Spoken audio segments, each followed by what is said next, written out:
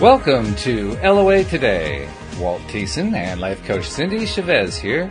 Today is Wednesday, December the 5th, 2018. It is 4 p.m. Eastern Time. That's 1 p.m. New York time, 9 p.m. London time, and in Sydney, Australia, it is currently 8 a.m. Good morning, Sydney. And welcome to your daily dose of happy for the day. And it's also a good morning, Sydney, from Cindy. So Cindy to Sydney. Try to say that one a few times fast. Good morning, Sydney.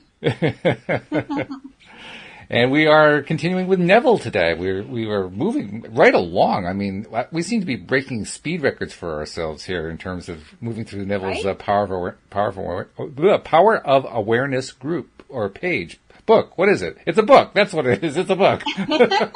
The tongue isn't working too well this afternoon. It's a book. It's a book.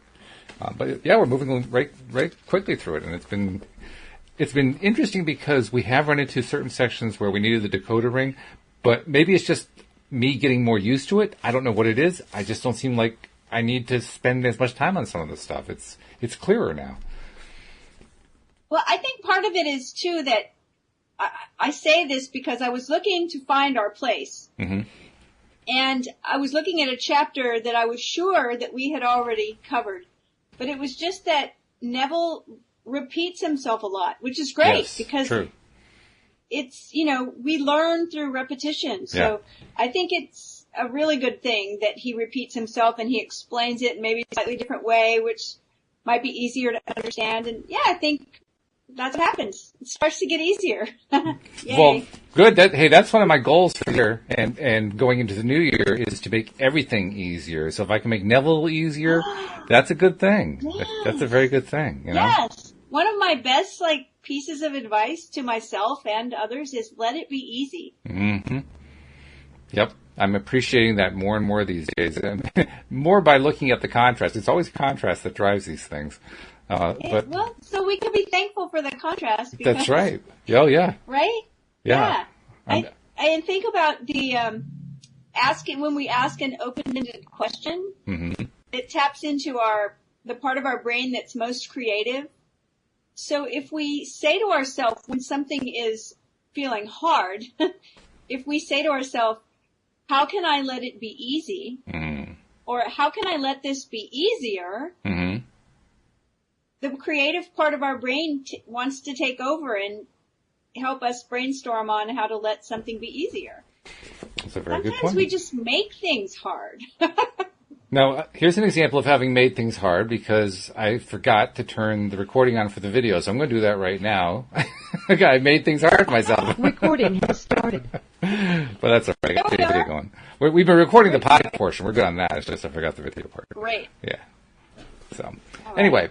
Let's, we're like halfway through chapter 13, which is about acceptance. And acceptance is, I think it's probably one of the most important law of attraction concepts that there is. So that's what's making this chapter as a take on Neville's view of acceptance to be interesting to me. But, let's just take it. I want to pick your brain a little bit then about that. Okay. When you say that acceptance is one of the most important law of attraction concepts. Talk about that for a little bit. Oh, I think it's really important because I see it as being the positive side of resistance. Because resistance is the thing that we all tend to run into the most often as being the thing holding us back. And I was realizing, as we have done so often, I've tried to flip things around. So I've tried to flip resistance around because resistance is a kind of a negative concept. I was trying to find where's the positive side of that. And for me, the positive side is acceptance. So I'm trying to understand and look at the concept of resistance on the flip side now as acceptance. And that's why I'm seeing that as an important concept. When you think of that word acceptance in this context, in the context of our life and the law of attraction and what we're creating or attracting, do you tend to see that word as relating to our ability to accept what is? Or is it our ability to accept in the context of maybe accept something like you accept a gift, like you receive something? Or is it Neville is talking about here a version of ourselves that unless we're willing to accept it as true. I mean, what comes up for you when you hear that word? I'm curious about it. Yes. All the things you just underlined. Okay. Because you know what it reminded me of?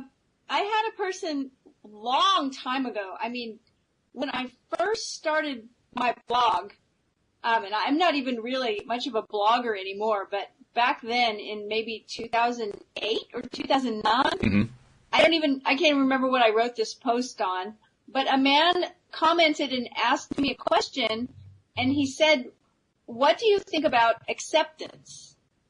And so, we started a conversation about acceptance. And so I think up until that point, I hadn't heard anybody be curious about it, so it opened up a really great conversation. But so when you said that, I was like, all right, so what does that mean to you when you say it?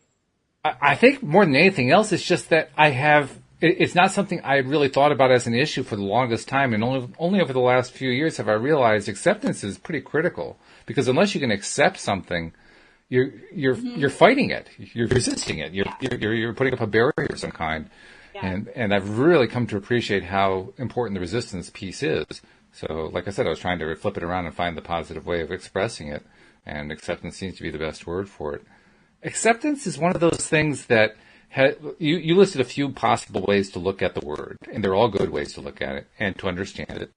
I get the feeling that the more that I dive into the word, the more that I kind of keep it in the forefront of my mind, I end up finding more and more ways to apply it in life. Yeah. And, that's about as far as I've gotten. I've only been studying it for a couple of years now, so I don't have a whole lot, but that's what I've got so far. Well, I think I always looked at it as, from my point of view, and, we've had this discussion a lot, even today or yesterday, when somebody had, like, instead of a heart or a smiley or a like emoji, what we're used to, somebody had an angry face, and we talked about it. Like, why would somebody be feeling angry? And I'm always the one that's like, it's okay. Like, it's okay to be angry. It's all right. It's like, it's a human emotion. There's a reason for it. It's telling you something. Yeah. And so part of me says sometimes with acceptance, it's kind of like right there, like accepting our emotions, accepting that we're unhappy in our job, and accepting that this relationship isn't working for me, accepting that there is not enough money right now, whatever it is, just saying, I'm not going to resist it. I'm not going to fight against it. I'm just going to say, it is what it is. And what do I want to create next? Yes. So there's that kind of acceptance. But I think Neville is leading towards can you accept that you already are that which you want to be? Can you accept that you already have the things you want to have? That is the ultimate acceptance. Until you can accept, and I think he used the word earlier, accept it as truth. Or accept it as true. And that's why we're always having this conversation about what is. People say, but that's not true. That's not true. I am not wealthy. Look at my bank account. See what it says. And Neville's saying, well, unless you can accept it as true. So I think it's a very interesting conversation. It is. I went to look and see where we left off this morning. And it's going to be necessary, I think, to backtrack just a little bit. Just to capture it, the next part to make sense and be in context. Yep. So he's talking about being completely absorbed in an emotional state. He says that you are at that moment assuming the feeling of the state fulfilled, which I thought was really interesting because we keep talking about assuming the feeling of the wish. This is where that other meaning of acceptance, I think, can come in. Assuming the feeling of the state fulfilled, whatever state we're in. We may be in a frantic, panicky state. And in that moment, when we're absorbed in that emotion, we're assuming the feeling of that state fulfilled. It's true. He says, if persisted in whatsoever you are intensely emotional about, you will experience in your world. These periods of absorption, of concentrated attention, are the beginnings of the things you harvest.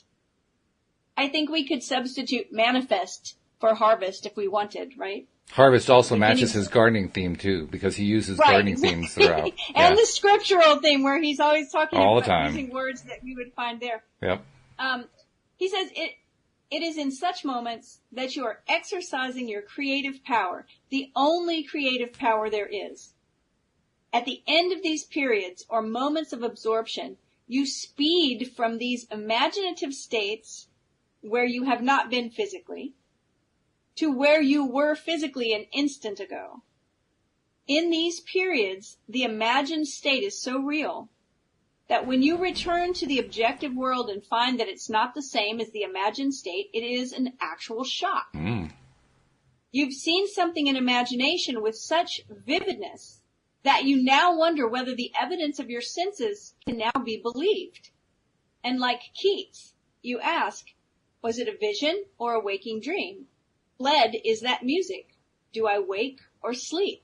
The fact that he was describing it as, what's the exact phrase he used? Imagination with such vividness. The vividness is the part that sticks out to me. It sticks out for a couple reasons. One, because I'm working on that myself. I'm working on the vividness of what it is I'm trying to focus on. Because for me, the vividness means I've got it. I mean, I have totally encompassed it. It's become my entire focus, and nothing is getting in the way of it. And that's a big deal as far as I'm concerned. But also, the way he was wording it here, he was talking about how it's a shock when you come back to focusing on the, quote, real world, unquote. And I haven't gotten there yet, but I can see how if you can get yourself really, really focused so intently that you're just buying into it completely, when you come back to the real world, it was like, what happened? I don't understand what just happened. Reality just shifted or something. Well, I like that he actually used this little piece of poetry as a metaphor, and it talks about a waking dream, because I've had a dream before where I woke up and felt like I was in a bit of a shock because the dream seemed so real. Oh, yeah. That I'm awake now and I'm looking around and I want to shake my head and pinch myself and say, oh my goodness, that was so real. Not every dream I have is like that, but I have had some dreams that were so vivid. Oh, yeah. That every sense was heightened. And so that kind of clues me in. Yeah, I can't say that I always get there either. Not even most of the time. As far as using my imagination to assume the feeling of the wish fulfilled, it's very real. And the ones that I'm doing now are getting to be very vivid. But I still haven't felt a shock coming back into reality. Well, maybe that's what we're shooting for. Yeah, that gives you your next milestone. That's what that is. That's the next milestone. But I know what you mean, because I've also experienced it. Not perhaps you probably sound like it's been a more frequent event for you. For me, the last time I had a dream that was that vivid that I'm not sure I could associate shock with it, but it was really a big step to come back to reality. Was about 10 years ago. Right after my dad passed. And I had a dream where I met him in my dream. And that was incredibly real. That was an unbelievably real dream. So that when I woke up, I wasn't so much in shock. It was more like, what just happened? What just happened? That's the thought that kept going through my head. What just happened? Like, I couldn't believe it. I couldn't believe that actually happened. And it was so intensely real that it didn't feel like a dream. I think that's what it was. It felt different from a dream. Most dreams, because I associate dreams as being like, these little flighty things that kind of float through your head, and you may remember them, you may not. It wasn't like that at all. But didn't you tell me that in that dream that you hugged your dad? Yes. Oh yeah. And that you could feel your dad hugging you? Yes. And see, that's in my memory of dreams that have been that vivid, the other senses have been involved. Like I smelled something or tasted something or hugged someone or felt something that when I woke up, it was like, no, do I still smell it? I mean, one time I smelled roses and it was so intense. When I woke up, I kept like, oh my goodness, looking around like I smell roses. Right. That right there is that sense of a little bit of shock. Okay. Yeah, okay, I'll buy that. System, It's like, but I felt this. I felt it in a tangible way. I tasted it. I smelled it, whatever. And so I think that's why Neville I think that's where he is driving us to get to the place where all of those senses are so vivid that it actually feels like a shock that we're not feeling that when we come out of our reverie, I guess you want to call it. Right. I don't know what to call it. Our imagination, our scene. Well, he says this shock. Before you go on, before you read the rest of that paragraph, I've got to interrupt because we're getting some nice commentary here, and we actually have a question. Oh, good. And the question, I think actually, the question ties in, I think, with what we're talking about, although I don't think that was her intention. But Elisha asks, how can you accept something you're struggling with? Okay. So I want to tell you a little story about something that I don't know if this will be, how helpful it will be, but a couple of years ago, I was really struggling with something. Mm-hmm. And it was just a huge struggle. I couldn't think about anything else. Really a struggle. And one day, and I don't know what really got me here, but at that point I said, you know what? I am not going to struggle against this anymore. It is what it is. I'm going to accept it. And like, it felt so good and so freeing. And I just felt amazing. Nothing had changed. Mm-hmm. I just decided, you know what? It is what it is. I'm just going to fight it. I'm not going to try to change it. I'm just going to accept it. Mm-hmm. I'm going to just walk in acceptance. And I just felt like a rock star. And then, like 5 seconds later or 2 seconds, I didn't hear an audible voice, but my higher self, this little voice, I said, I totally accept this. And this little voice said, can you love it? Oh, and I was like, oh man! I actually said out loud, are you kidding me? Like, I thought I was really rocking it by accepting this. You want me to love it? Love it? I felt like, oh man, something is kicking my ass today. Okay, I'm gonna love it. Whew. But you know what? That was it. And you know, in that moment, after I had the small little temper tantrum of what? I started laughing and I said, you know what? Yes, I can love it because it's part of my life. It's going to be part of my story. Mm.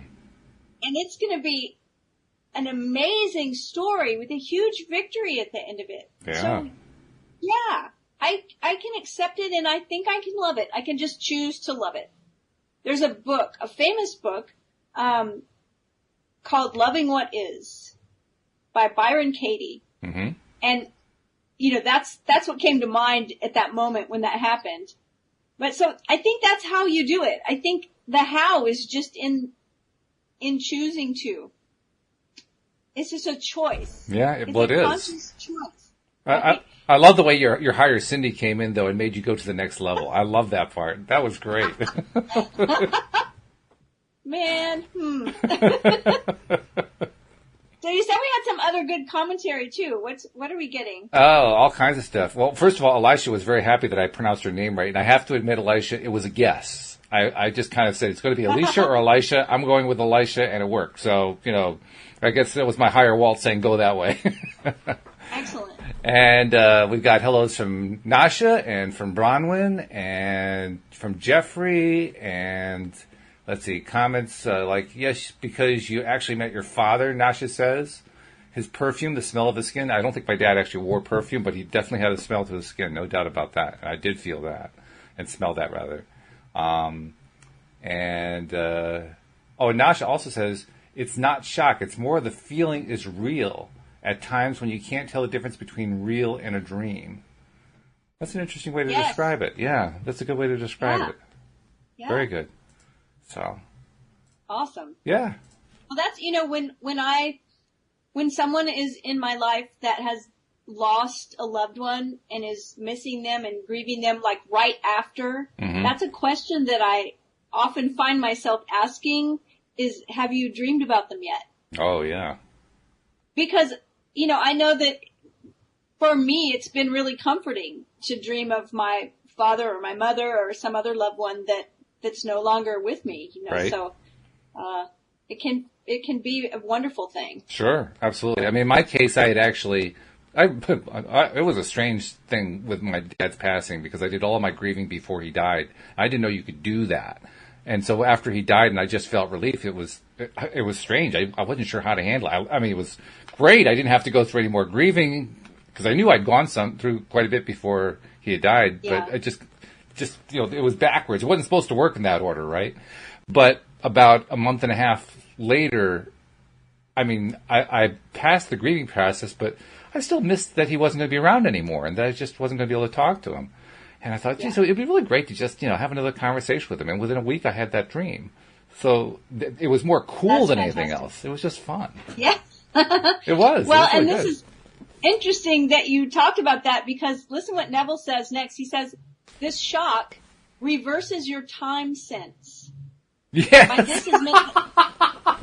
this is meant that instead of your experience resulting from your past, it now becomes the result of being in imagination where you have not yet been physically. Yeah, that's exactly what happened. That's kind of what you did, right? Yeah, it is. It's exactly what I did. Yeah, that's why I laughed, because here he is describing what my experience was. Right. Pretty cool. In effect, this moves you across a bridge of incident to the physical realization of your imagined state. The man who at will can assume whatever state he pleases has found the keys to the kingdom of heaven. Now, he tells us what the keys are. The keys are desire, imagination, and a steadily focused attention on the feeling of the wish fulfilled. To such a man, any undesirable objective fact is no longer a reality, and the ardent wish is no longer a dream. I think I it's like that, any undesirable objective fact. Yeah, right. Something that is, right. Well, the way he describes that, it actually does a nice job of summarizing how it felt when I woke up from that dream. He says, to such a man, any undesirable objective fact is no longer a reality, and the ardent wish no longer a dream. And the sentence itself, if you read it out of context and you aren't familiar with what Neville has to say, the sentence itself has a little bit of confusion to it. And that's very similar to the confusion I had when I woke up, because I didn't have any doubt that I had met my father. I was just confused about, how did that happen? How did that whole thing come about? It was just amazing to me that I could do that. And he kind of described it nicely in there. That was the feeling right there. Yeah, he does that. So then he uses a scripture. It says, "Prove me now herewith, saith the Lord of hosts, if I will not open you the windows of heaven and pour you out a blessing, that there shall not be room enough to receive it." He says the windows of heaven may not be opened and the treasures seized by a strong will, but they open of themselves and present their treasures as a free gift, a gift that comes when absorption reaches such a degree that it results in a feeling of complete acceptance. The passage from your present state to the feeling of your wish fulfilled is not across a gap. There is continuity between the so-called real and unreal. To cross from one state to the other, you simply extend your feelers, trust your touch, enter in fully into the spirit of what you are doing. Not by might nor by power, but by my spirit, says the Lord of hosts. Assume the spirit, the feeling of the wish fulfilled, and you will have opened the windows to receive the blessing. To assume a state is to get into the spirit of it. Your triumphs will be a surprise only to those who did not know your hidden passage from the state of longing to the assumption of the wish fulfilled. The Lord of hosts will not respond to your wish unless you have assumed the feeling of already being what you want to be, for acceptance is the channel of his action. Acceptance is the Lord of hosts in action. And we should take a moment and put on the decoder ring and remind ourselves that any reference to God or the Lord or whatever is the imagination. So, yes. So when we reread that, we reread that. Okay. Yeah, especially this last part, right? Because we talked about the idea of the word spirit. Mm-hmm. We talked about this earlier. I'm not sure which podcast or if it was even this book, but it was Neville. Mm-hmm. And we talked about spirit, like how we talk about the spirit of a thing, like the Christmas spirit. Oh, yes. You're sure in the Christmas spirit. Or we have a pep rally or spirit day at a school to get team spirit going, right? So it's like an emotional thing. It's an energy. It's an alignment with something. Yes. An alignment with a goal. And so he talks about that. But here at the end where he says, if we break out the decoder ring and we use imagination, we'll read that imagination will not respond to your wish until you have assumed the feeling of already being what you want to be. Exactly. For acceptance is the channel of the action of the imagination. Yeah, and boy, does that start to become clear when you say it that way. Acceptance is imagination in action. Yes. It's like there's movement there. Oh, big time. Yeah, from just assuming the feeling of the wish to causing some kind of movement towards it actually manifesting. And that movement is, the channel is acceptance. So now if we combine that, we're already there. If we combine that with what he said 2 paragraphs ago, where he talked about it being things that we think of as being unconnected, but there's really no gap between the real and the unreal, between the imagined and the so-called reality. When we look at that, when we combine it with that, now all of a sudden we get the idea that imagination, when combined with acceptance, is what creates that nice, smooth connection. Like no longer, it's a bridge, but it's a bridge that is like of zero length, because it doesn't really need to be a bridge. It's just, it just needs to move us. Other. Yeah, but it's just, it's effortless. I think that's what I'm trying to get to. It's an effortless shift. There's no, I mean, calling it power is almost redundant because there's no need for power. You just got to move over there. It's that simple. I love that. I love that you brought that up, because I skipped that, and it affected me when I read it. The passage from your present state to the feeling of your wish fulfilled is not across a gap. That's right. And it kind of brings it home when he says it's already created. It's right here. There is no gap. Yeah. It's right here. There's a continuity between the so-called real and the unreal. That's pretty awesome. Exactly. I also like that he says you simply extend your feelers. Yes, the feelers. I like that. Well, this chapter has been so powerful. That's quite a great chapter for sure. Had to be. It was called acceptance. How could it be otherwise? I know. And you know what? We dove right in today, and I don't think we did any promos. So that's true. We should get our promos in before we dive in. Yeah. Well, we're halfway through either way.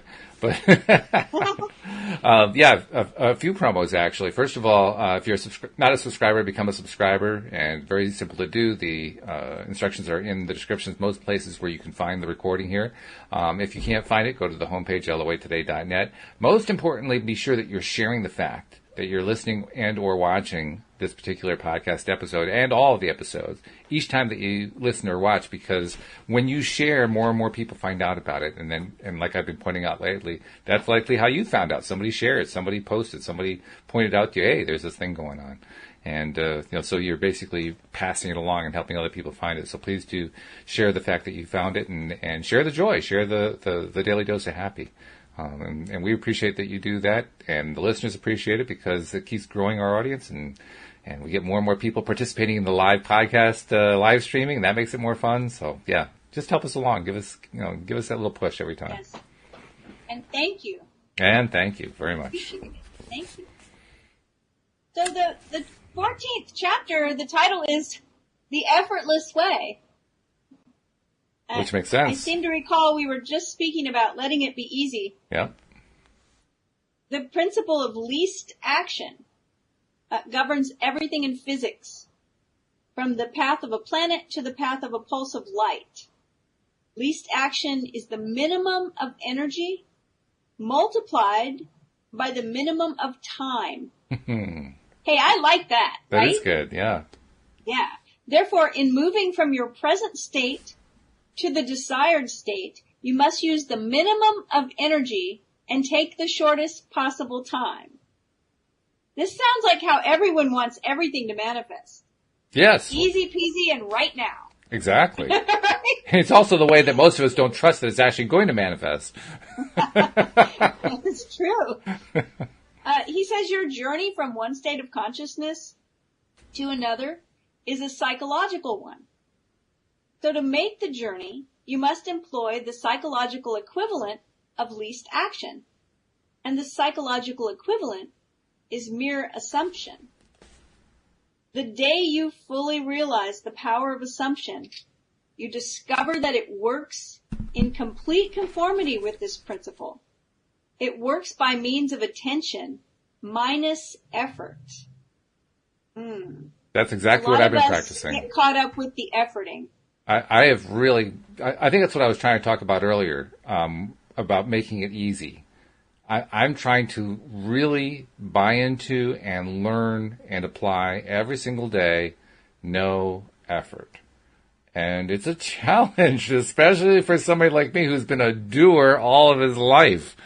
Right. But I think I'm feeling it in a way that I never felt before. I'm feeling how important it is to just do it effortlessly. Just put the assumption in and let the universe do its work. You know, when we ask ourselves the question about what things do we do where we lose track of time, I think most of those things are things that are effortless or maybe fall into that category. Okay. Because a lot of times when we're really enjoying something, yeah, like even if it's just sinking down in a comfortable chair with a really good book that you're reading, and all of a sudden, whoa, 2 hours has passed by. I mean, that never feels like there's any effort. It's true. It's just easy. And I also remind myself, too, when I'm trying to go for effortless, it's not like I never want to do anything. It's not, I was just going to say, do you think that effort and action, I mean, I think they're different. They are different. Because inspired action doesn't feel like effort. Yeah, I think the way I'd express it is, historically, I've always felt like I had to do in order to get somewhere. And what I'm trying to learn now is to assume that I'm going to get to wherever it is I want to get to. It's just going to happen, so I can take all that effort away and limit I'm not even sure the word limit is appropriate, but limit the activity of doing to just the part that I like doing because I like doing it. And not even worrying about whether or not it's going to contribute to anything. I do it just for the sake of doing it because I enjoy it so much. Right.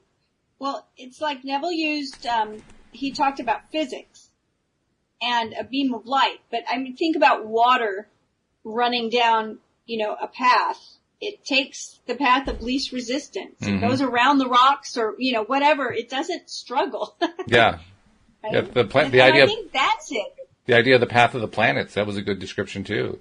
I mean, it's not like the planets say, okay, I gotta get around this orbit one more time. Right. So it's just letting it be easy and least resistance, or he says least action. Thus with least action, through an assumption, you hurry without haste and reach your goal without effort. Because creation is finished. What you desire already exists. Oh, that's so exciting. It is excluded from view because you can see only the contents of your own consciousness. It is the function of an assumption to call back the excluded view and restore full vision. It is not the world, but your assumptions that change. An assumption brings the invisible into sight. It's nothing more nor less than seeing with the eye of God, or imagination. For the Lord sees not as a man sees, for man looks on the outward appearance, but the Lord looks on the heart. Okay, so again, Neville is using Lord, God, Christ in you always as the imagination. Right. So our imagination doesn't see the same way a human sees. Humans look on what we think is real, right? On the outward. Right. But our imagination looks at the inside, looks at the heart. It's an inside job. The heart.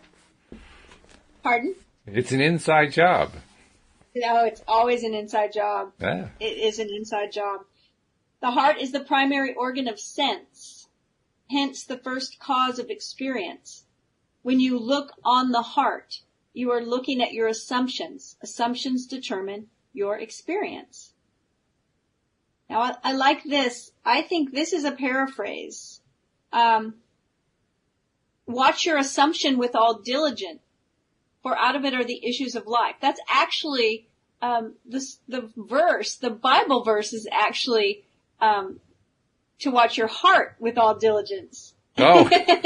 So he's doing a little, of his own Neville decoding here. Yeah. Mm-hmm. Watch your assumption with all diligence, for out of it are the issues of life. Assumptions have the power of objective realization. Every event in the visible world is the result of an assumption or idea in the unseen world. It's a funny thing. We talk about this kind of thing all the time. We talk about the impact that our thoughts have in advance of events, created things, attracting stuff into our lives, and so on and so forth. And I find that as we do that continuously, day after day, week after week, my belief in it increases. And this is where the Neville teaching about it, the belief hardening, it starts to become real for me. Because I can feel the hardening going on. I mean, it's gotten to the point now where, like, if I compare this to where I was at, say, I don't know, 5 years ago, like halfway through, compared to where I am now, halfway through my exploration of how the law of attraction works, I would have said that the hardened aspect of my belief in the thought process coming before the actual thing was 10%, maybe 15%. Now I'm closer to like 85, 90%. Yeah. The hardening has really taken place. It's gotten to the point where it's just a real part of my thought process now.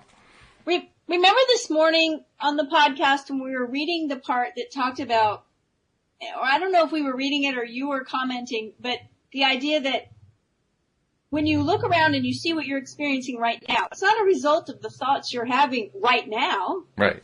It's a result of the thoughts that you had previously. Before, yes. And we were talking about how often we have certain thoughts, certain assumptions, and eventually they harden into fact. They may not be things that we're consciously trying to create. They may not be things that we're happy about. But how often we forget.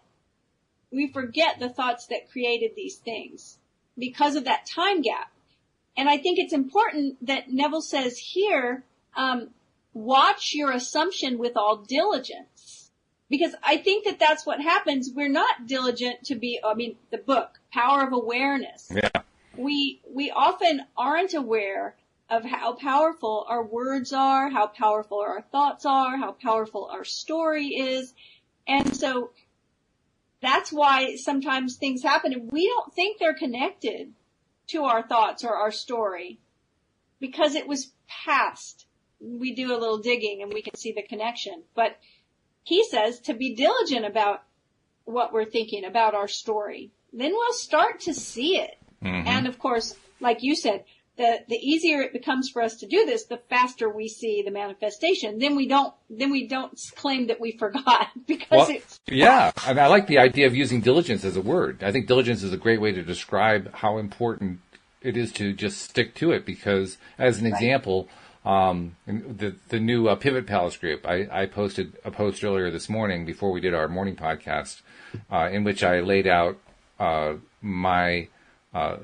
my old story and my new story. The old story about the things I've been looking for in my life, and then the new story, which is my newly imagined pruning shears of revision. Here's the way I really want it to be. Here's the way I really need to think about it approach. And I had like 4 different areas of my life I touched on.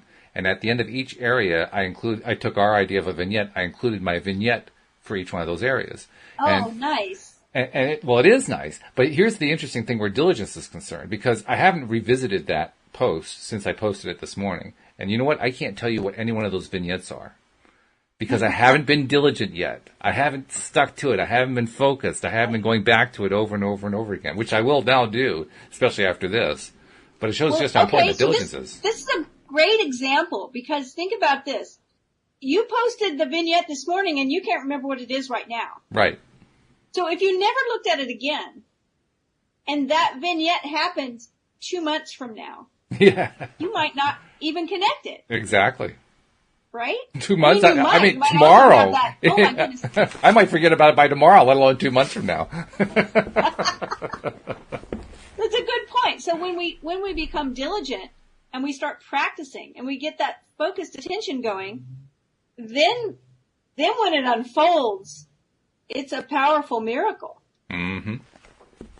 It really is. Let's see okay. So Neville says, watch your assumption with all diligence, for out of it are the issues of life. Assumptions have the power of objective realization. Every event in the visible world is the result of an assumption or an idea in the unseen world.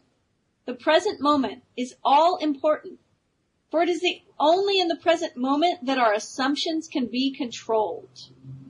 The future must become the present in your mind if you would wisely operate the law of assumption. The future becomes the present when you imagine that you already are what you will be when your assumption is fulfilled.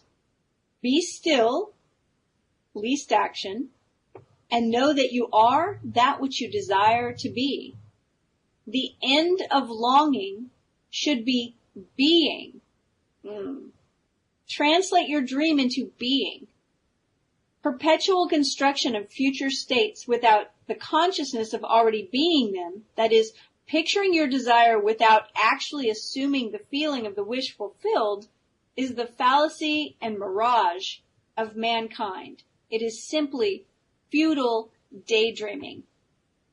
Now here's what comes to mind for me, that the end of longing should be being, not having, not doing. And it doesn't mean that having and doing won't be in there, but it's my being. I am the person that does XYZ. I am the person that has XYZ. It's who I am being. It's an identity thing again. Yeah, you're going back to identity. That's what you're saying. And yeah, identity is a big part of it, because if you are imagining from the perspective of identity, you're making it more real for you. Yes. Yeah. And it's, he says the end of longing. So if I'm longing for something and then I receive that thing, I'm a different person. Because now I'm the owner of whatever it is. And that's the part that we have to tap into. It's the being part. It's the identity part. The I am story. I am the person that has already had this experience. This idea of being gives a new flavor and a new shape and texture to the idea of abundance. Because we all are after abundance, right? That's like the one most popular way to summarize all this. I want to live an abundant life. Right. And I'll be willing to bet 9 times out of 10 when we say, I want to live an abundant life, the one thing that's sticking out in everybody's mind is the word abundant. And the word I is like this little tiny I at the beginning of the sentence. Right. Yeah, because it's being pictured somewhere out there. Yeah. Apart from me, apart from the I. As he points out, it has to be the being part, the I part has to be the biggest part. The abundant is actually, it's almost secondary at that point. And until you can accept it as true. Mm-hmm. Yep. Yeah. Very good. Good stuff. Nice really good. Catch. Can you believe that we finished 2 chapters? Not only can I believe it, but we actually have time to do chapter 15, so let's go through that one too. I know. It's exciting. All right. So the title of the 15th chapter is The Crown of the Mysteries. I wish I had my tiara that I wore for my wedding sitting here. I would just put it on. We'll just pretend that you got it. We will imagine it. Yes. Excellent. The assumption of the wish fulfilled is the ship that carries you over the unknown seas to the fulfillment of your dream. The assumption is everything. Realization is subconscious and effortless. Assume a virtue if you have it not. William Shakespeare. Act on the assumption that you already possess that which you sought. Blessed is she that believed, for there shall be a performance of those things which were told her from the Lord. It's almost now, shocking. I'm not sure the context of that scripture. So, but it's almost shocking. He actually used the female pronoun in that. Like he doesn't do that. It's like, what happened? I don't understand. This is great, but what happened? Well, because usually he's pointing to he, because he's talking about Christ or the Lord, Jesus, God, always using that male pronoun. But right here he's talking about somebody that was healed, and healed because of her belief. So he says, blessed is she that believed. But let's do the Neville thing and do the imagination. Blessed is she that believed, for there shall be a manifestation of those things that were told her by her imagination.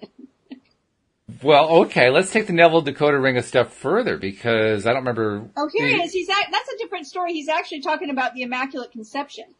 Okay, well, that still works with where I was going, because there was a previous chapter. I'm not even sure if it was this book. It may have been a different book, but he was talking about the metaphor of male and female as conscious and subconscious. Yes, book. Was it this book? Okay. And subconscious was female. It was out of this world. Right. Yeah. The conscious being male, the subconscious being female, the two of them are actually one, and the conscious plants the seed, the subconscious creates. So if we do a little substitution, blessed is the subconscious that believed, for there shall be a performance of those things which were told the subconscious from the imagination. Yes. Oh, so he says, as the Immaculate Conception is the foundation of the Christian mysteries, so the Assumption is their crown. Psychologically, the Immaculate Conception means the birth of an idea in your own consciousness, unaided by another. Got it. Okay. For instance, when you have a specific wish or hunger or longing, it is an Immaculate Conception in the sense that no physical person or thing plants it in your mind. It is self-conceived. Every man is the Mary of the Immaculate Conception, and birth to his idea must give. The Assumption is the crown of the mysteries because it's the highest use of consciousness. When in imagination you assume the feeling of the wish fulfilled, you are mentally lifted up to a higher level. Do you sense that personally? It's what I aspire to. I would say that when I'm not feeling that, which is often, I know it. I'm aware of it. And I notice the lack. I notice the part that's missing. The part that I haven't quite achieved yet. Because when I hear that, I just think of vibration. Mm-hmm. And vibrational alignment and the emotional scale. Yeah. Nothing like hard to put our hands on, but it's like when I go into that place where I am assuming the feeling of the wish fulfilled, where I'm closing my eyes and I'm imagining this short vignette that I've created of what I want to see happen in the future, I definitely get a sense of my moving up the emotional ladder, so to speak. Sure. A higher vibration, feeling better. It feels really good to go there. And we talked about that before, that should be our aim, is actually getting to the place where that imagination feels really good, because it not only feels really good, it feels real. Right, right. I think that's why our brain reads it as feeling good. Yeah. We believe it, right? And it's also why when I'm not quite getting there, I'm not quite latching onto the feeling portion, I notice the lack, because that feeling, I'm almost addicted to it. It's like, I gotta have that feeling. Yes, and I think it's so funny because sometimes it's so easy to get there, and sometimes it's not. It's true. For me, personally, I mean, I can only speak to my own experience, but sometimes I'm like, why? Why is it so easy sometimes? But I think here we go with just let it be easy. Mm-hmm. Yeah, and also we recognize the fact that it isn't always emotional feeling. It can be sensational too. I mean, when we remember that actually often makes it easier to get there sometimes. And I think that's the part that feels shocking when you come back. Oh, okay. Yeah, that's true. Yeah, that's true. In other words, here's a really simple example. In my office, I have a big chair that I often sit in to imagine and meditate, and there's an ottoman there. Mm-hmm. So I will often sit in that chair and my feet are up on the ottoman. Right. But in the vignette that I've been doing, I'm actually in a scene where I'm sitting at a table and my feet are flat on the floor. So physically in this world, if you were to walk in my office, you would see me in a chair with my feet up. Mm-hmm. But in my imagination, I am in a chair with my feet flat on the floor. I can feel my feet on the floor. I can feel myself in the chair. I can feel my hands on the tablecloth. I can feel the tablecloth under my fingers. When I come out of that, a little bit of a shock that my feet are up. See, there's no emotion attached. Mm-hmm. Not really an emotional thing. I think that's so important because the emotion's hard to tap into sometimes.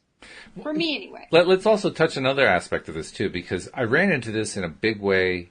I think it was it yesterday? No, it wasn't yesterday. It was last week when when Louise and I were dealing with her medical issue. Because there was the one day right after we got what we thought was really bad news, and it turned out to be inaccurate, where my passion for resolving it just shot through the roof. I didn't have to reach for it. I didn't have to do anything. It was just there, big, in spades. And it kind of reinforced for me that emotion is there not only to indicate what I want and how I feel about it, but to indicate what is really important to me. Because we were talking about a situation that was really important to me. It was my wife's health. That was really, really important to me. And so there was no reaching for it at all. And it was important to me in a way that I don't have to project it into the future in any way. I don't have to create a vignette in order to have that importance. It's important right now. It was important yesterday. It was important last year. It's been important for a long, long time. And anytime that we have a strong emotion, especially if it's an uncomfortable emotion, because usually if we have a strong emotion that's wonderful, we don't worry about processing it, right? True. We just enjoy it, right? Absolutely, yeah. Woohoo! But anytime we have a fear, a worry, a frustration, anger, guilt, anything that we have, and it's a strong emotion, always remember that if we ask ourselves what value we hold so dear that this is connected to, that is a really great trick to help transmute that emotion. So in other words, you just said it, like you had this passionate response of, no, we are going to fix this. We're going to turn this around. Mm-hmm. Why was there so much passion and so much fury and fierceness about it? Because you have a really strong value around your wife's health. Mm-hmm. It's important to you. Very. And once you recognize that, for me anyway, it alleviates some of the part of the charge that doesn't feel so good. And it brings some inspiration. Lots of inspiration. This is the thing I value. I care about this. This is important. This is going to happen. Oh, yeah. All of a sudden, when I was feeling that, all of a sudden, it was like every sense was alive. I mean, mm-hmm. You talk about feelers. All of my feelers were out. I was looking for any clue anywhere that I could find one. I was not going to miss it. Well, you see, you're on the right track because Neville said, just extend your feelers.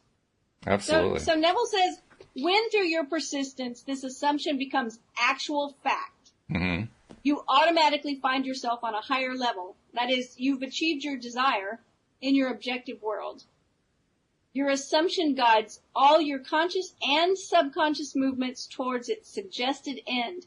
So inevitably, that it actually dictates the events. So this is going back to what you mentioned before about the subconscious doing the creation. Mm-hmm.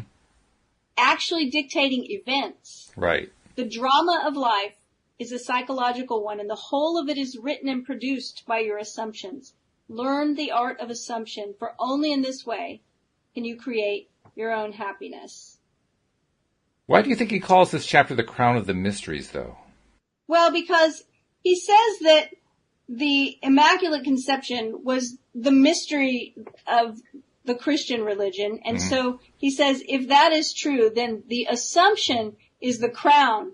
I see what he's saying. It's the crowning thing, right? It's the ability to assume the feeling of the wish, the ability to accept these things as truth already. And he talks about the ability to come up with these ideas on our own. Like, no one is planting these desires in our head. We're doing that. Right.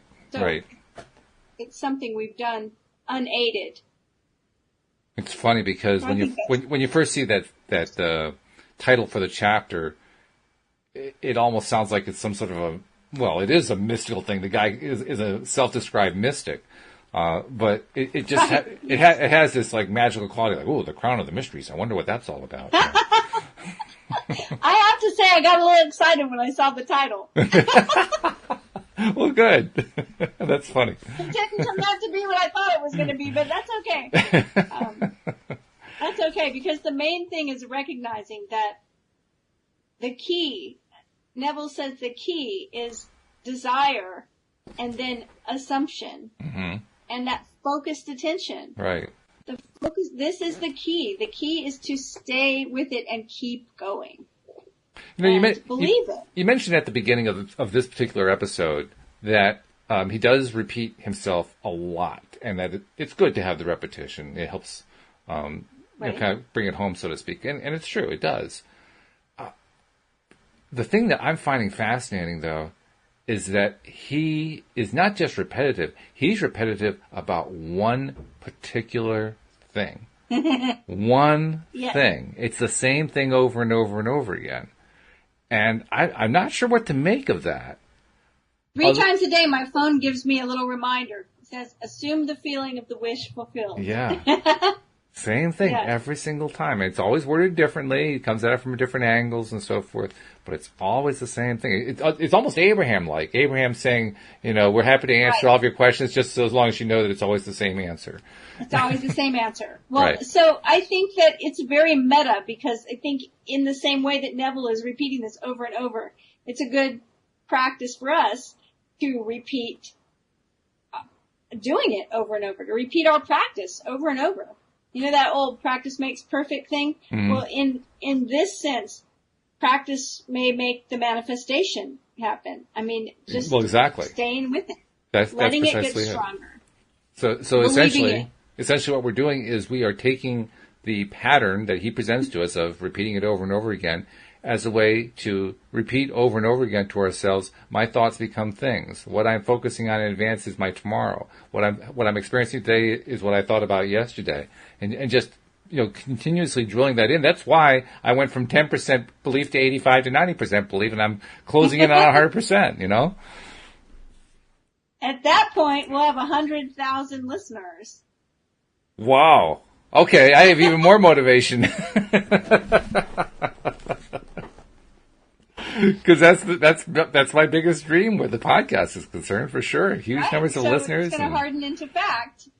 I'm still trying to imagine how some of that could play out. Like, what happens? I mean, we get when we do these podcasts live stream to the Law of Attraction Changed My Life group on Facebook that we live stream to each time now. We get people tuning in live, and they're making comments and liking and sharing ideas with each other and so forth. And yet it's still a relatively small scale. I mean, it's nowhere near 100,000. We're talking in tens or 20s of people who are listening and interacting. What happens when you get that happening with 100,000? I mean, I don't even know how you even detect that, other than you have this swarm of data that's flowing past your screen. You can't possibly keep up with it all. Well, are you ready to find out? Oh yeah. Yeah. Okay. But I'm just trying to imagine that. I mean, it's a good thing we have computers that can capture data faster than we can possibly do it with our human brains, because otherwise I'd be in trouble. Exactly. Oh, that's funny. It's going to be good. Well, this has been great. I'm ready. And we covered a lot. We do 3 shows a week, you and I. We covered a lot in those 3 shows this week, but I think we're going to have to see, do we even go faster than that next week? I don't know. We may finish the book next week. It's always possible. Maybe. Anyway, I look forward to talking to you then. I hope you have a great week. I hope you do too. I'll be back on Tuesday morning. Sounds good. We'll see you all next time here on LOA Today. Goodbye, everybody. Bye, everyone. Don't forget to mark it.